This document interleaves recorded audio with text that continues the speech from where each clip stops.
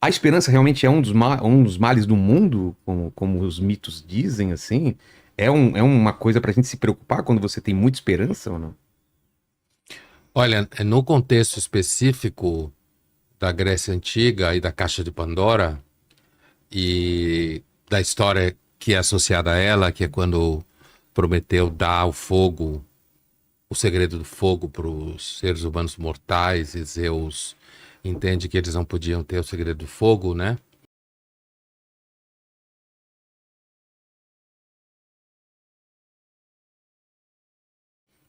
Um pouco E parecido com o mito de Adão e Eva, do fruto proibido, né? muitas religiões e Né? mitologias têm um mito que descreve o porquê que a gente se ferrou, E sempre né? é a busca da sabedoria, de saber mais do que Na, deveria. na história de Adão e Eva, você tem a árvore do conhecimento do bem e do mal, né? Nessa história daí, você tem o problema da gente aprender a fazer o fogo e os Zeus entender que a gente não podia porque ia tocar fogo no mundo. Mas só que o Prometeu nos deu uma outra coisa, que era esperança. É. Botou a esperança no coração dos mortais e Zeus entendia que isso não era uma boa ideia, porque não há esperança. Não há esperança porque somos mortais. Os gregos eram muito obcecados por isso. Ah, é? Por essa diferença entre mortal e imortal, né? A Caixa de Pandora, na realidade, é um castigo, né? É um castigo que Zeus apronta com os mortais. E nesse contexto, a esperança pode ser um mal, é um mal, porque justamente não há esperança. Então, quando você tem esperança, você é um iludido. Enquanto você tem esperança, você pode continuar lutando e essa luta é inútil. É inútil. Quer dizer, do ponto de É, sim. vista da chegada, é inútil, né? Porque você é mortal. E também a esperança, vista no contexto do debate ao redor do fogo, é que os seres humanos com muita esperança usando a tecnologia, ele acaba achando que ele consegue controlar a tecnologia, fazer a tecnologia funcionar do jeito que ele quer. E a gente sabe que o Sapiens tem de onipotência e na modernidade ele está num surto de É. onipotência imperdoável, né? Então, a esperança pode ser, de fato, ela pode ser um problema. Agora, é claro que a situação não se resume a isso, né? É. A vida sem esperança é muito difícil. É quase impossível, né? Porque se você olha o mundo em volta e vê só com esses olhos de, putz, é assim porque é assim, eu sou uma pessoa só para fazer diferença, né? E tal. É, É essa meio. história de você ter que fazer a diferença, acho que faz muito mal para a saúde mental. Isso vem da onde, essa ideia do herói, do cara sozinho mudar a Ah, sociedade? a história do herói é muito antiga, né? Desde... No sentido, o herói na Grécia é aquele que merece ser lembrado, né? Aquele que se destaca, mesmo não tendo chance É uma das no maneiras de se final. tornar imortal para eles? Era... É, veja, Aquiles pergunta para sua mãe se ele deveria ir ou não para a guerra de Troia, e a mãe dele responde para ele que se ele ficasse em Larissa, da onde ele era, ele iria casar, ia ter filhos, ia ser lembrado pelos seus filhos, possivelmente pelos seus netos. Portanto, quando você não tem filho nem netos, provavelmente você não vai ser lembrado nem por essas pessoas. Mas que se ele fosse para Troia, ele ia morrer em Troia, como ele de fato morre, Aquiles. Mas ele ia ser lembrado por 1 milhão de anos. Ele prefere ir para Troia. E ele acertou. A gente continua falando dele até hoje. é. Não diferente do casal que escreve o nome numa árvore ou no, ou coloca A o coisa cadeado. romântica. É, a coisa de deixar. Quero provar que eu estive aqui nesse mundo. A gente esteve aqui. Eu fiz. Eu tive aqui nesse lugar. Né? É meio. Agora, o que eu acho que eu disse que eu acho que pode fazer mal para a saúde mental são esses pais que querem que os filhos façam diferença no mundo. É. Sabe, essa coisa, você tem que fazer a diferença. Você tem que. Eu lembro de uma propaganda de um carro importante, um carro, uma marca bem conhecida de carro, que não tem nada a ver com o seu carro aqui, Sei. é outra marca, bem mais antiga, em que tem uma mulher grávida abraçando a barriga, já no estágio avançado de gestação, uma revista também com a credibilidade bastante alta, e ela abraça a barriga e embaixo ela está olhando para uma espécie de floresta, e embaixo tem uma frase assim: Tipo assim, cuidar do planeta será sua missão. Imagina, o bebê nem nasceu, já tem uma missão. E que missão. Socorro. Depois não se sabe por que tá Tomando remédio com 5 tomando anos. remédio, né? É uma carga muito grande que está colocando nessa geração.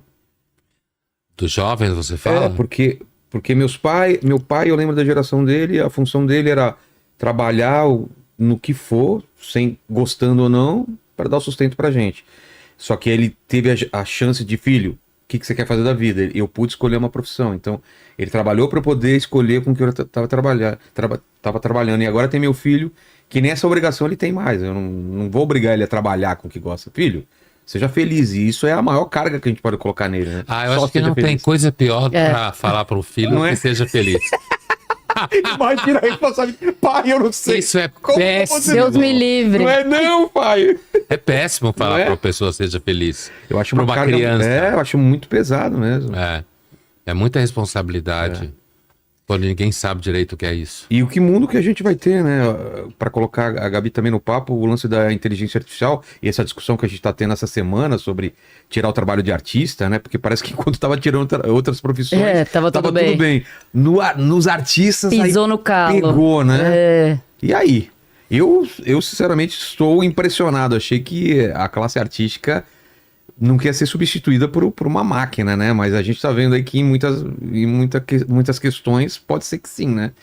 Novos filmes, animação, dublagem e muitas coisas, né? Essa é uma ideia bem romântica, né? Achar que a criatividade É o humana que nos torna diferente. é o que nos torna humanos e que isso é o valor supremo quando você falava até da felicidade, de ser a melhor versão, tudo isso, né? Tá num pacotão aí de produção de sofrimento psíquico contemporâneo e tem uma raiz romântica que nasce num contexto específico, diferente do nosso, mas que é apropriado no contemporâneo, torna-se um valor estético quase, né? Então a autorrealização, a ideia de ser feliz, de ser a melhor versão de si mesmo, da criatividade, diferença, né? Que nem de falou. fazer a diferença.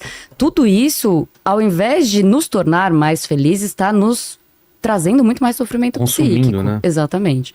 Mas voltando para IAs, eu acho que é uma ideia muito romântica e eu acho que os artistas achavam de maneira romântica que eles estariam blindados aos efeitos da inteligência artificial, deixando para os réis trabalhadores da metáfora do Chaplin ali, eles vão ser substituídos. Eu não, imagina. Eu sou a fina flor do trabalho com a criatividade.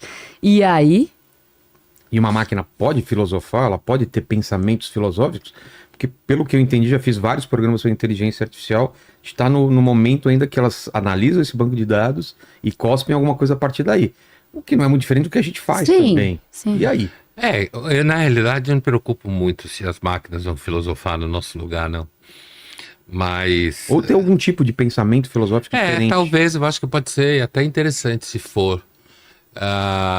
E na realidade eu não acho que a espécie Sapiens está fazendo um trabalho tão bom assim que ela não possa ser substituída. Pois é, né? Mas assim, Tem esse detalhe também. mas assim, o caso dos artistas eu achei excepcionalmente interessante, porque, como dizia a Gabi, os artistas normalmente se acham o máximo, né? E esse é um grande engano, né? Finge para todo mundo que é especial, que não sei o quê. Virtuoso.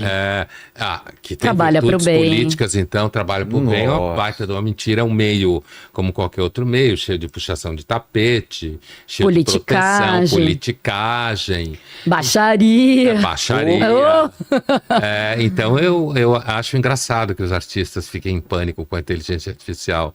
Até a gente não pode, a gente é um sacerdote, a gente representa. Mas eu não sei, eu normalmente não tenho muito pânico com essa história de inteligência artificial, não. É que a gente... Talvez se eu tivesse 10 anos, tivesse. Então, mas é que a gente já passou por muita mudança de tecnologia que teve Sim. essa corrida, né, esse caos aí. Eu sou desenhista, né? Sou ilustrador. Então, a época que começou o computador também, né? O Photoshop e várias coisas, Você teve esse falou, mesmo pronto. pânico. Não, agora acabou a arte. Quem trabalha com computador não é artista. E isso vai acontecer não só na área de dublagem, foi a primeira, agora com arte, mas o texto também, né? A IA fazer dublagem? Já tá eu rolando. acho que talvez seja até bom, porque a dublagem, tem umas dublagens que são horríveis, né? Já aconteceu agora na Prime, o pessoal metendo pau, né? Que tem uma dublagem toda feita por IA. Mas você imagina, pro estúdio, vai ter a voz do Tom Cruise falando português, entendeu? A própria voz do cara. E ele vai pagar um royalty ali. Um royaltyzinho. Noizinho, né? Quem vai pagar? Quem vai usar a voz dele em português? A produtora. E ele vai ganhar com isso. Sem dúvida. Que é mais Tá barato, justo. é mais barato do que contratar em cada Ele, país. não, ou ele pra fazer a hora humana dele. E vários artistas já colocando, tipo, não usar a minha imagem Sim. para deepfake ou usar a minha imagem para filmes futuros sem mim. Não é doido isso, cara? Depois que eu O morrer. cara já tá preocupado Pensou? com a voz dele. Não, e a imagem, né? Sim. Vai ter uma imagem dele, daqui a tecnologia vai alcançar. O cara vai colocar um prompt Tom Cruise Falando a propaganda do pulando, novo. fazendo tudo, né? Essa coisa de finalmente você se manter vivos para Clone, sempre, né? né? Você vê que Zeus não estava tão errado, né? Exato. Porque quando eu fui tentar ser bom em uma coisa, o fato de não ter essas ferramentas aí, eu fui descobrindo ao longo do caminho várias outras coisas que me pareciam interessantes também. E que eu queria, pelo menos, estar por dentro, saber como é que funcionavam e tudo mais. E isso me levou a ler uma porrada de coisa. Quando chegou a internet, eu era o cara que ficava... Eu era tipo um rato de Wikipédia, por exemplo. Eu ia ler sobre um assunto, aí ia abrindo uma porrada de hiperlinks sobre um monte de coisa. A inteligência artificial vai acabar com a Wikipedia, não? Eu suponho que sim. Sim. E aí talvez eu fico pensando se a nossa habilidade, se a nossa curiosidade, assim, que pelo menos pra mim levou uma porrada de coisa que eu sei, é difícil te explicar por que eu sei. Porque assim, eu fui indo atrás e lendo e, porra, comprei uns livrinhos ali num sebo que não sei o quê, na época que ainda não tinha internet, e fui porque era uma curiosidade, era uma parada. Agora, com tudo muito rápido, muito na mão, eu não fico pensando se a gente vai ficar cada vez mais, sei lá, estúpido mesmo. Assim, menos curioso, com menos vontade de saber das coisas, já que eu não preciso mais de verdade saber de nada, se eu só perguntar ali pro ChatGPT e ele me entrega tudo muito facilmente. Olha, eu sei que tem gente que acha que vai acontecer o contrário. Que Interessante. a inteligência artificial... Eu não acho isso. Tá. Mas eu sei que tem gente que acha que vai acontecer o contrário, que a inteligência artificial vai deixar a gente mais inteligente, porque a gente vai ter acesso mais fácil às coisas e, portanto, a gente vai conseguir fazer sinapses mais rápidas, né? E também a inteligência artificial vai resolver tudo que é trabalho cognitivo mecânico, como se fala, e a gente vai estar livre para ser criativo, né? Essa cara que você fez, que é uma cara claramente de eu não estou acreditando muito nisso, Não tô né? mesmo. Né? Então, eu sei que tem muita gente que fala isso. É claro que falar isso ajuda os negócios de inteligência artificial, mas eu acho que o que é mais triste de pensar isso é porque a inteligência artificial vai se impor, independente do que você ache ou não dela. Então, fazer propaganda da inteligência artificial é quase desnecessário, né? Porque ela se impõe absolutamente por tudo que você falou aí. Agora, a minha suspeita vai um pouco mais na linha do que você estava falando. Quer dizer, ela pode, apesar de que a rigor não deveria acontecer isso, a rigor, a ideia de acessibilidade deveria produzir mais conhecimento. O problema é que eu acho que o interesse pelo conhecimento, para além do conhecimento funcional que eu estou falando, não fui eu que inventei isso, né? Conhecimento funcional é quando você conhece alguma coisa porque você tem um uso imediato. Você precisa fazer uso daquilo imediatamente. É como você aprender a mexer numa máquina de lavar. Logo, logo você vai mandar ela funcionar e acabou. Oi, máquina, rola. Vai dar um nome para ela lá, qualquer, né? E a discussão do nome vai estar um debate muito grande em política, se tem preconceito naquele nome, de gênero, se não tem preconceito. Eu acho essa discussão uma forma de estupidez. Eu acho isso uma forma de estupidez. Mas, assim, Eu entendo que achar que o ser humano, quando ele ficar liberado desse esforço cognitivo mecânico, que é ir ler, procurar, ter que abrir 3, 4 livros para conseguir acessar algum tipo de coisa, fazer as relações, não ter alguma coisa que responde para você exatamente o que é, né? Isso primeiro já vai diminuir o seu acesso a línguas, a não ser que você seja um obcecado por línguas, porque o bicho vai traduzir tudo para você, né? Mas, assim, eu tenho a impressão que ao nos deixar livres desse tipo de trabalho, na realidade a gente não vai se tornar criativo. Porque eu acho que a gente poucas vezes é criativo, não acho que todo mundo é criativo o tempo inteiro. Eu, inclusive, olho para a arte contemporânea e tenho a impressão que a criatividade acabou. Eu sei que todo mundo que estuda a história da arte fala, não, você está errado. Eu já escutei de um professor de História da Arte que eu, em História da Arte, em arte contemporânea, era um elefante numa loja de cristais. Entendi. Né? Mas o meu critério sobre arte é basicamente o seguinte, se eu consigo fazer... Não. O pior é que não. Assim, é porque assim, eu tenho tanta absoluta certeza do que eu acho, que eu vou dizer para você agora qual é meu critério, né?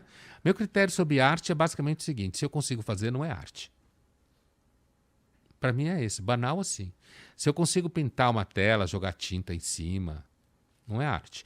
Eu entendo que sim, ao longo do século XX, algumas pessoas tiveram grandes ideias de combinação de cores e formas e destruição de formas. Eu entendo isso tudo. Né? Mas quando alguém coloca uma tela branca e aquilo é arte, a tela branca, é uma arte que precisa que venha com manual para você saber porque é arte. Eu acho que na realidade é simplesmente alguém que tem um bom networking. Por isso que conseguiu dizer que aquilo, a tela branca é arte. É daí que vem essa minha ideia. Então, eu não acho que a inteligência artificial vai nos deixar com tempo livre para ser mais criativo. Eu acho que ela pode fazer com que, inclusive, aumente o consumo de ansiolíticos. Né?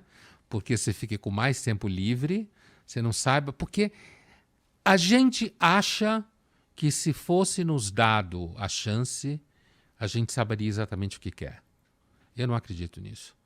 Eu acho que talvez o que nos salva de descobrir que a gente não sabe o que quer exatamente é o fato que não nos é dada a chance de saber o que quer. Porque a gente não sabe às vezes. Muitas vezes não sabe. Tem ninguém, nem todo mundo tem vocação para alguma coisa, nem todo mundo é criativo para criar coisas, entende? Não é Entendo. assim. A espécie não está com essa bola toda. Uma das primeiras coisas que você me disse foi...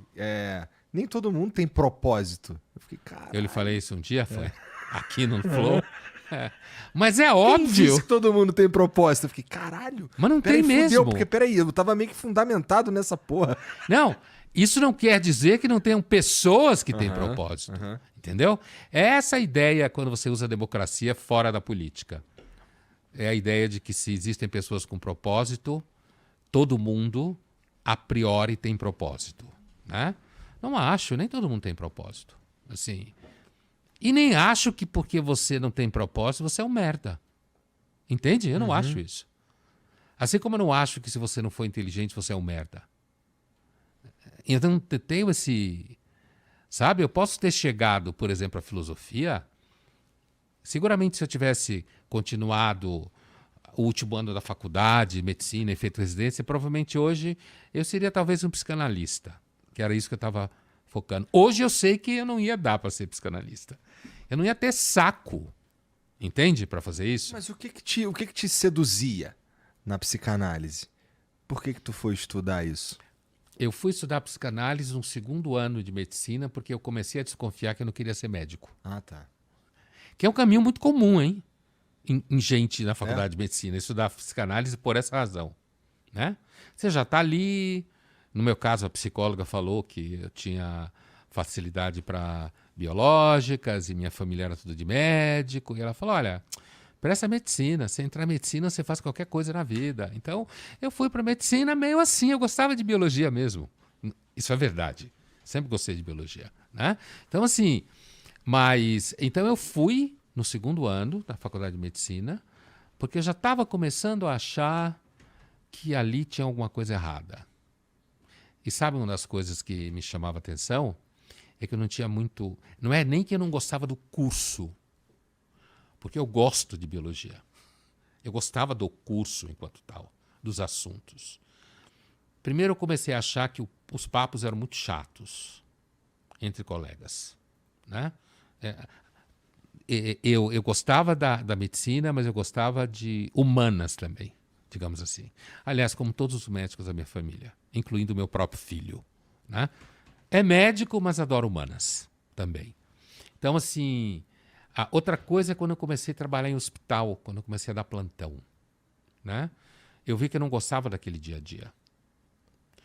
E aí eu comecei a projetar a técnica que eu usei, não é uma técnica, foi uma ideia que eu tive. Eu comecei a projetar como ia ser meu futuro.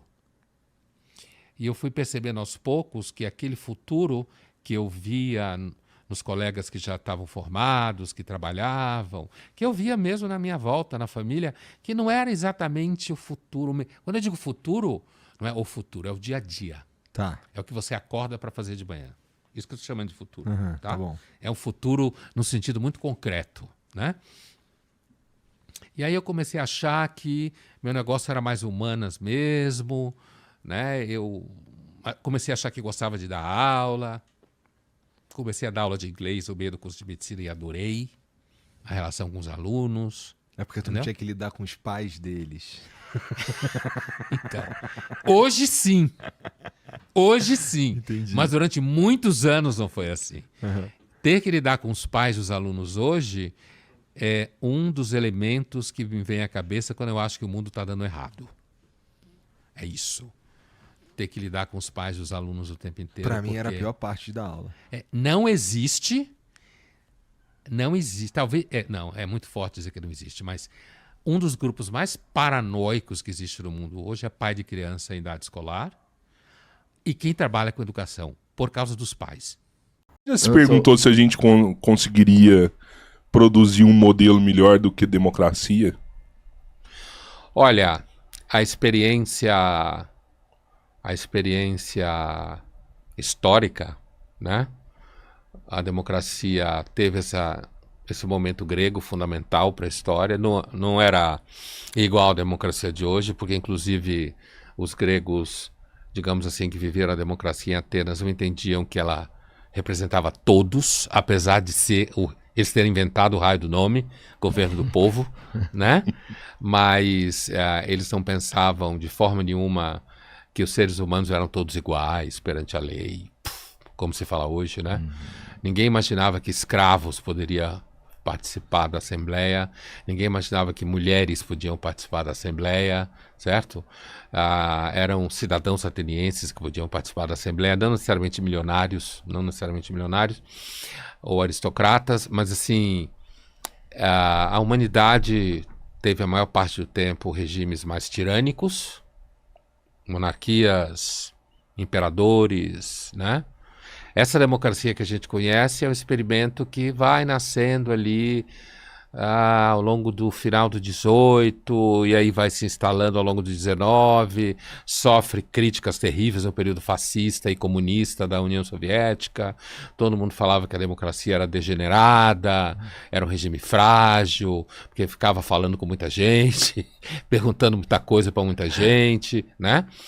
Eu pessoalmente acho que ao longo da história, se você partir do pressuposto da ideia de um regime que, a priori, todos teriam o mesmo direito, você teria algum tipo de liberdade de movimentação, você teria recalls, ou você teria momentos em que líderes deixam de ser líderes e outros assumem. Eu acho que a gente não tem uma experiência até hoje desse ponto de vista melhor do que a democracia, né? Uma das vantagens da democracia a democracia moderna, é claro, é que você tem poderes distintos que necessariamente não devem convergir um com o outro, não devem viver em guerra, mas Quando converge é uma catástrofe. Quando o legislativo, judiciário e executivo convergem é uma catástrofe. Porque aí o poder sempre tem vocação a ser violento, seja ele qual for, em qual regime for. Porque ele é o poder. Ele pode dominar as pessoas, ele tem o que se chama monopólio legítimo da violência. Essa é uma discussão bastante longa. Então a democracia não é só uma questão de que pessoas podem votar. A democracia é a ideia de poderes separados, que têm autonomia um em relação ao outro, e que, como eles ficam lá meio que em disputa, eles esquecem um pouco de nós e não pisam na nossa cabeça o tempo inteiro. Quando eles convergem, aí a gente está lascado. Então, essa é uma questão bastante complicada, né? A questão política é bastante complicada, mas até hoje, historicamente, partindo-se do pressuposto de que você teria aquilo que se chama em filosofia política checks and balances. A democracia ela tem freios e contrapesos.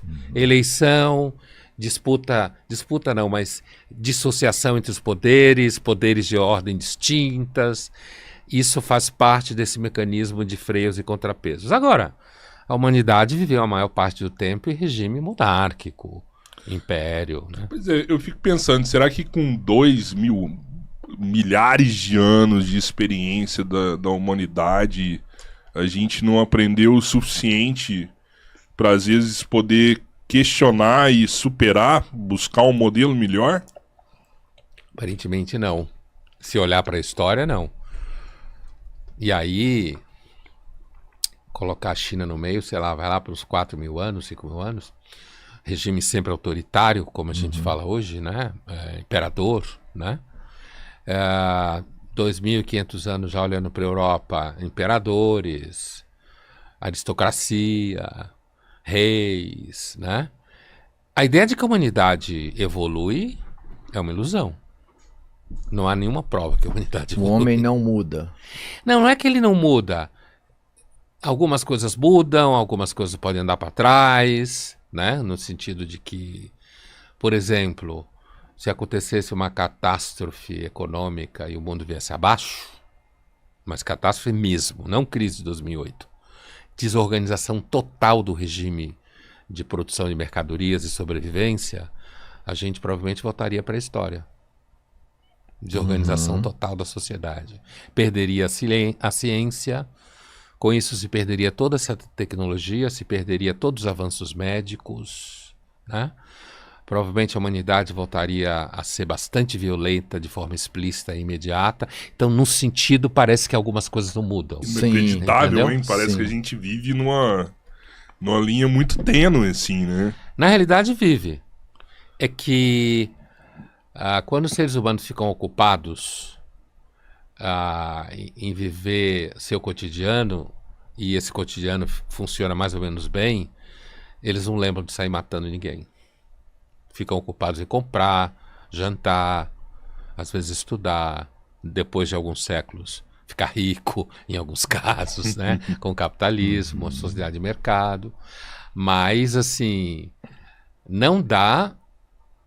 É uma coisa que você aprende quando você lê arqueólogos da pré-história, pessoas que pesquisam sítios arqueológicos, escrevem sobre isso. Quer dizer, que a pré-história está ali nos espreitando na fresta da janela.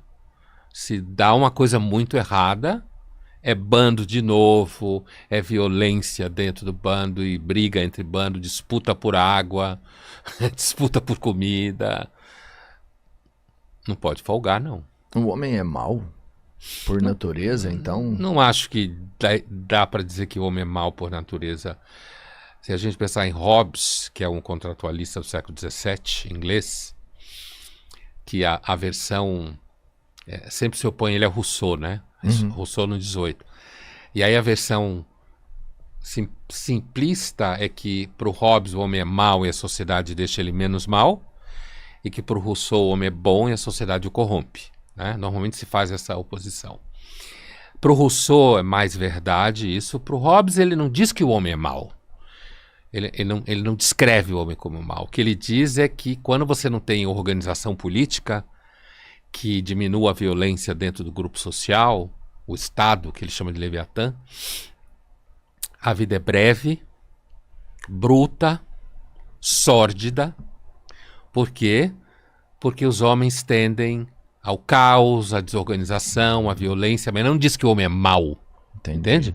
Ele diz que se você não tiver uma organização que determine quem pode usar o poder legitimamente, e esse que pode usar o poder legitimamente, ele o pode, porque ele diminui a violência dentro do território, certo? Isso que chama o poder legítimo da violência, né? O monopólio legítimo da violência. Então, quando você não tem uma organização do poder, de forma que essa organização diminua a violência dentro do território na qual ele tem poder. E, portanto, isso faz com que a vida fique menos sórdida, menos breve, menos bruta. É daí que nasce a ideia de que sem a sociedade o homem é mau. Entendeu? O homem é precário. A vida é precária.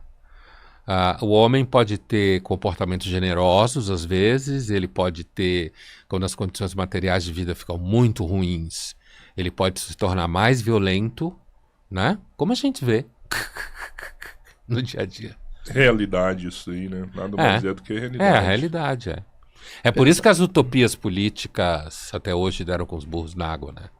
Dizendo que ia transformar o homem, o socialismo soviético, ia nascer um novo homem, né? Que não teria nem ciúmes. Não teria ciúmes? Eles falam isso? A ideia não que não teria ciúmes no sentido no sentido de que não teria uma ambição, impulso de posse, entende? Porque o ciúme seria derivado da posse.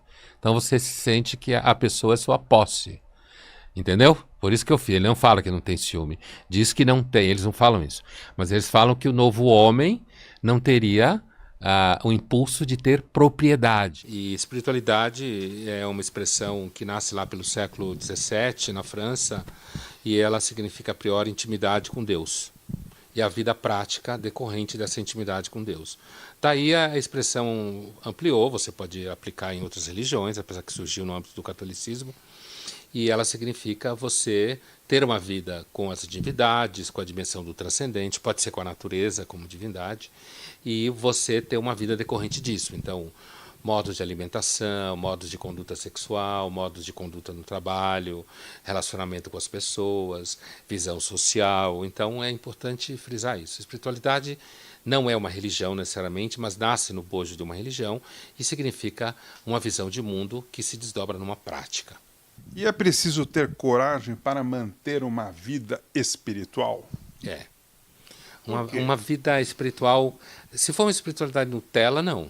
Uma espiritualidade que eu chamo no livro, num dado momento, espiritualidade para idiotas, né? E depois eu faço uma avaliação da minha própria arrogância, né? Mas a espiritualidade Nutella, não, porque você vê um filme e você acha que você é vampiro, você compra um livro e começa a achar que você é, sei lá, sereia, e está na moda ser Jedi. Essa espiritualidade meio de consumo, não. A espiritualidade precisa de coragem quando você resolve viver uma vida espiritual de fato.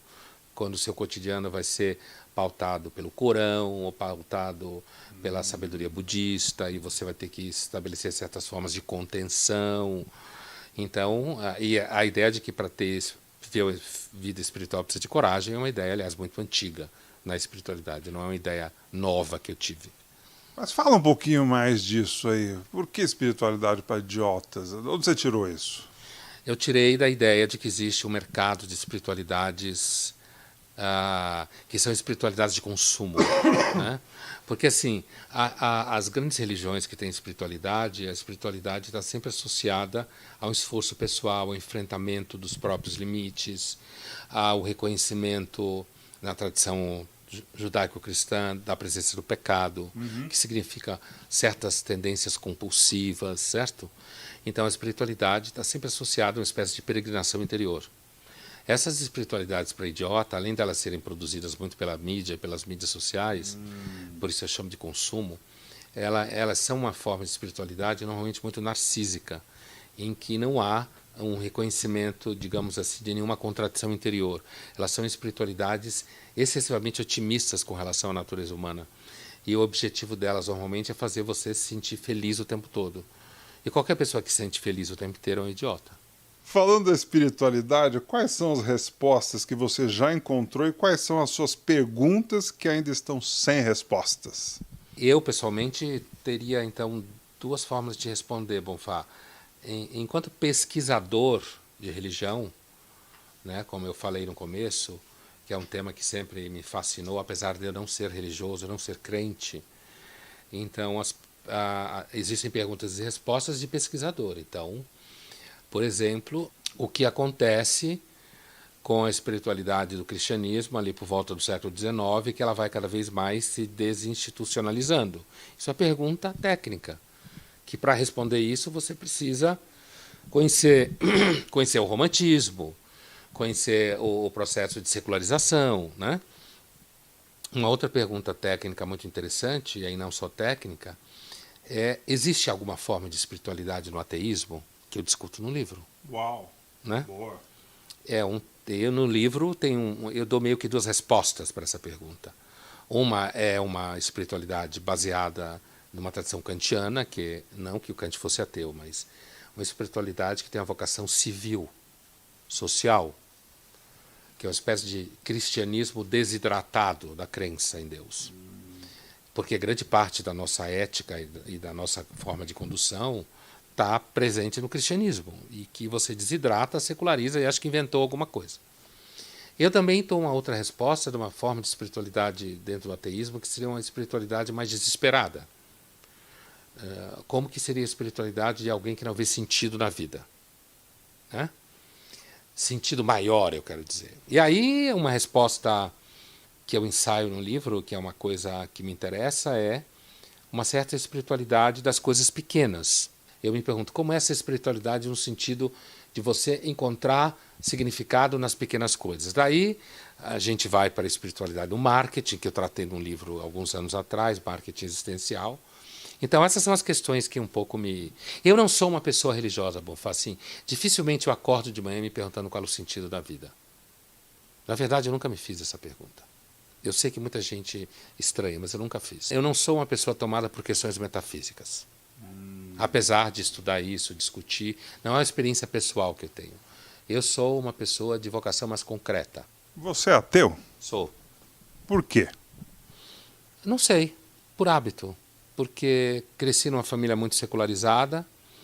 Papai e mamãe eram ateus? O meu pai foi muito tempo, no final da vida deixou de ser.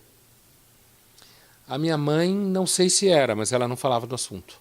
Então, assim, um ateísmo que, em sociologia do ateísmo, chama-se ateísmo orgânico, que é um ateísmo que você chega meio que sem querer. Entende? Assim, não é uma coisa que eu parei para pensar e cheguei à conclusão que Deus não existe. Talvez exista. E eu não tenho, eu me defino como um ateu não praticante. Que é um ateu que não prega o ateísmo. E eu talvez esteja errado. Eu e qualquer um que seja ateu. Eu, na verdade, acho Deus uma hipótese extremamente elegante. Um ser poderoso, que sabe tudo, que não tem nada igual e não deprime. Eu acho incrível isso. Qualquer ser humano nessa situação teria deprimido. E eu acho a ideia de que existe um Deus maior e que a gente não consegue capturá-lo na inteligência, acho uma ideia bastante elegante.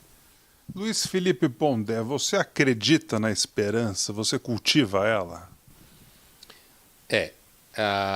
Você é um bom leitor meu, porque você está navegando em cima de questões que... Eu escrevi o livro 10 Mandamentos mais um, em que o 11º mandamento que eu inventei, que foi um desafio do Alcino, que era editor, então, da 3 Estrelas da Folha na época, terás esperança no mundo. A esperança, para mim, Bonfá, é uma das questões que mais me fascina, porque eu acho que, teoricamente, talvez, se alguém tem razão sobre o mundo e as coisas, talvez porque eu sempre acho que talvez o que eu penso, que todo mundo pensa, esteja errado, mas eu tendo a pensar como os trágicos gregos. E a gente sabe que uma das histórias da tragédia grega é a condenação que Zeus dá a nós com a caixa de Pandora, em que ele põe os males dentro da caixa para nos castigar, e um dos males, o pior de todos, que ele guarda para nós, é a esperança. Que a esperança é o mal, porque como não há esperança, ter esperança é uma ilusão. É claro que a tradição bíblica, a judaico-cristã, a esperança é uma virtude baseada na fé de que Deus sabe o que está fazendo. Enquanto que na tradição trágica é uma ilusão e um mal, porque o melhor é viver sem esperança.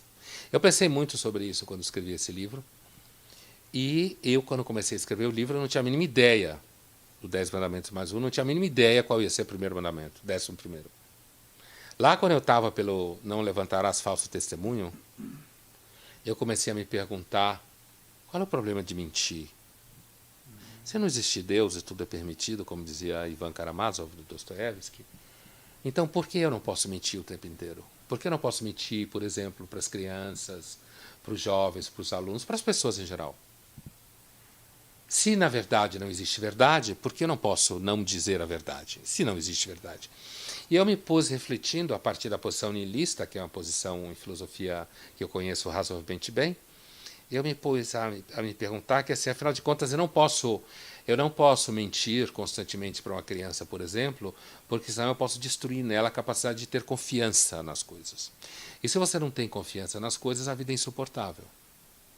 Então, quando você pergunta se eu tenho esperança, eu não tenho esperança filosófica, teórica nas coisas, mas eu vivo constantemente com esperança. Não porque eu tenho um motivo para ter esperança, mas porque eu não sei viver de outro jeito. Você está gostando da minha entrevista com o Pondé? Não acabou! Muita gente que está nos vendo agora acredita que é preciso dar um dízimo para a igreja para ter a salvação, os pedidos atendidos. O que você pensa sobre isso? Então são dois lados do mesmo problema. Os covardes têm espiritualidade? Então, Você já foi covarde algum dia? porque o tempo inteiro você é ameaçado, alguém se ofende. Você já foi medroso?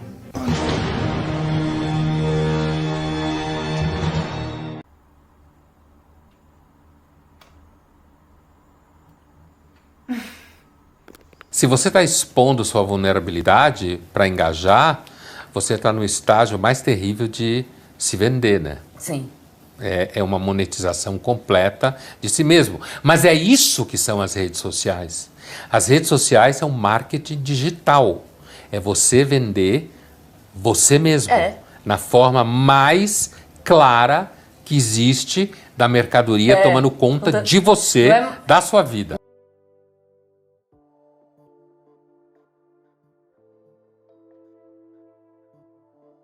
Isso é uma característica narcísica, voltar para si mesmo, achar que você é o centro do mundo, que tudo se refere a você e, no fundo, você ter uma incapacidade, porque a possibilidade de enxergar macro significa que você tem alguma energia libidinal. Há uma idade em que você começa a perder funções físicas. Sim. Não é só perder a beleza, você começa a perder funções físicas. Não consegue né? tomar banho. E você vai... E como você tem hoje... É mais ou menos, vou fazer um paralelo com o problema do aquecimento global, sabe? O planeta Terra, ele já esfriou, já esquentou. Tudo bem, por causa do ciclo que sempre aconteceu, mas por causa da matriz fóssil, ponto. Né?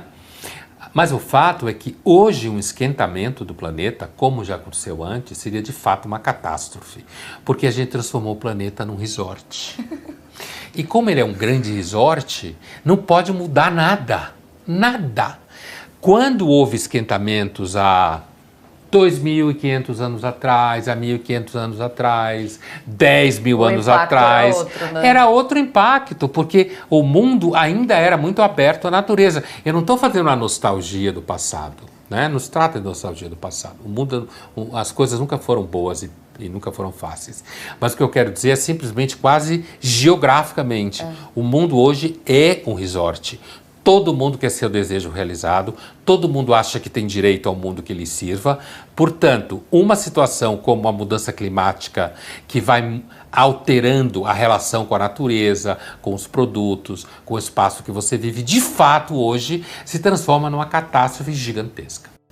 Então, você vê assim, ter propósito na vida é uma coisa que algumas pessoas têm, outras têm menos. É assim como vocação para uma profissão, né? É um luxo, é um fato. Algumas pessoas têm, outras não têm, trabalham no que tem que trabalhar, porque tem que viver, make a living, como falam os americanos. Então, propósito é a mesma coisa. Tem pessoas que têm propósito por uma questão de temperamento, sei lá. E às vezes algumas pessoas têm propósitos péssimos. By the way. Então, propósito é um substantivo, né? Perigoso. Que pede adjetivo para você saber Tem que ter um exatamente qual é. complemento. Mas no mundo que a gente vive hoje, não. Propósito virou um signo de que se você tem propósito, você é uma pessoa legal. Autorrealizada. Algumas pessoas que têm propósito, é melhor você manter distante de você. Exatamente. Né? Agora, esse vínculo, né? Consciência, propósito, autenticidade, como você mesma falou, é um escândalo a palavra propósito, porque ela hoje domina e muita gente acha que isso foi uma descoberta dos milênios, agora dos Zs, né? Quando, na realidade, é porque uma característica do mundo narcísico, isso é uma das forças da argumentação do Lesch, do entendimento dele, do uso, melhor dizendo, que ele faz, é ele perceber que a cultura do narcisismo, ela vai muito bem com a sociedade de mercado e com o capitalismo. E aí você fabrica e vende propósitos. E aí as pessoas saem comprando propósitos. E aí gera sofrimento ao mesmo tempo. Isso, porque se eu não tenho um propósito, eu sofro. Exato, o mercado da saúde mental para suprir quem está sofrendo porque não achou propósito. Olha só. Olha, eu acho que grande parte da humanidade vive sem nenhum propósito. E como eu disse, às vezes, isso pode até ser mais safe. Porque muita gente com propósito... Eu li um artigo que o sujeito falava sobre ideologia política em partidos, né? E ele falava assim, eu acho muito importante terem partidos fortes com ideologias fortes, mas jamais como maioria no parlamento. Quer dizer, o partido ideológico forte, ele funciona na oposição, perseguindo determinadas pautas, mas se ele for maioria no parlamento, seguramente ele vai ser ditatorial. Inclusive, o querido sobrinho do Freud foi muito importante nisso, porque a descoberta de que você vende significado junto com os objetos. Exato. Porque se fosse só comprar o que a gente precisa, já tinha dado pau. Já tinha dado pau. A economia não girava, não havia revolução industrial. Não ia haver sociedade contemporânea, não ia haver esse consumo gigantesco que existe, que cada um quer um café para chamar de seu. Né? Se não tiver um café para chamar de meu, o mundo não me ama, não me dá direitos. E é muito interessante como o Lesch percebe que essa cultura da consciência, né?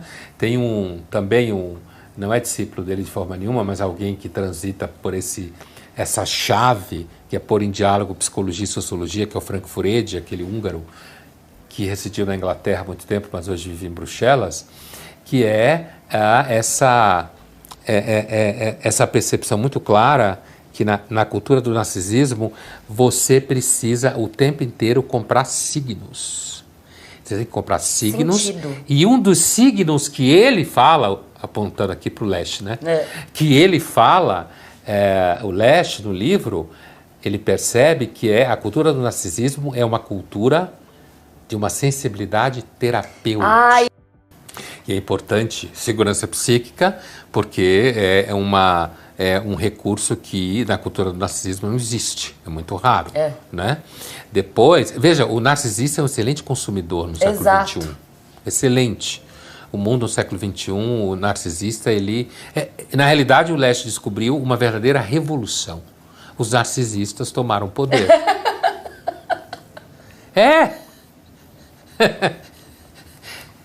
Tomaram poder, né? Narcisistas do mundo, univos. Não foi os proletários, foram os narcisistas. Essa é muito boa. E veja, o culto da consciência, né?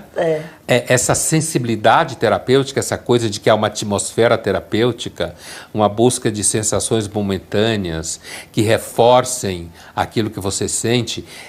Imagina toda a literatura de autoajuda e motivacional que navega de braçada numa cultura que é pautada por subjetividades miseráveis, sofridas. A gente vive dentro dela. Exatamente. Ela nos contamina o tempo inteiro. Tudo tem que ser terapia, que é o que o Freud também fala, vai retomar, né? Exato. Esses signos, ele vai percebendo que são signos, já no comecinho do século XX, são signos terapêuticos, voltados para um vocabulário terapêutico, né? E a mesma coisa que o Lasch, ele reconhece justamente uma era de vulnerabilidade.